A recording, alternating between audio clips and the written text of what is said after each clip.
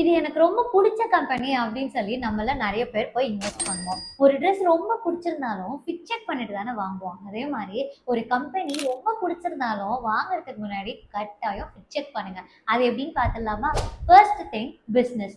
ஒரு கம்பெனில இன்வெஸ்ட் பண்றதுக்கு முன்னாடி அவங்களோட பிசினஸ ஒரு லைன்ல உங்களால சொல்ல முடியுதா பாருங்க.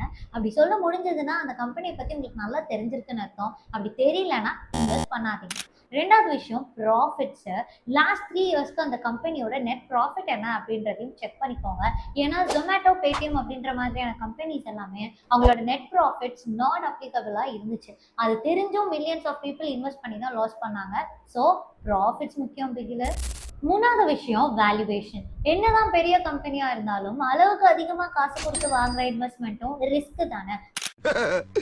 ரிஸ்க் எடுக்கிறலாம் எனக்கு ரஸ்க் சாப்பிடுற மாதிரி. ஸோ பிஇ ரேஷியோ மறக்காம செக் பண்ணுங்க. அப்படி செக் பண்ணும்போது இண்டஸ்ட்ரியல் பிஇயும் அந்த கம்பெனியோட பிஇயும் கம்பேர் பண்ணி ஒரு முடிவுக்கு வாங்க.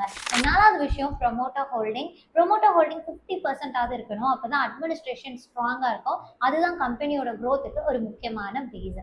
And then mode.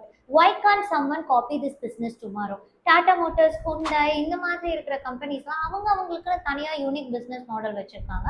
அந்த மாதிரி நம்ம இன்வெஸ்ட் பண்ற கம்பெனிக்கும் யூனிக்கான ஒரு மாடல் இருக்கா அப்படின்றத செக் பண்ணிக்கோங்க. அண்ட் ஃபைனலி நெட் ப்ராஃபிட்ஸ் வந்து லாஸ்ட் 3 இயர்ஸ்க்கா இல்லவே இல்லை, ஆனா திடீர்னு அது வாட்ஸ்அப்ல வைரல் ஆகுது, யூடியூப்ல நிறைய பேர் ரெக்கமெண்ட் பண்றாங்கன்னா ரொம்ப கேர்ஃபுல்லா இருங்க.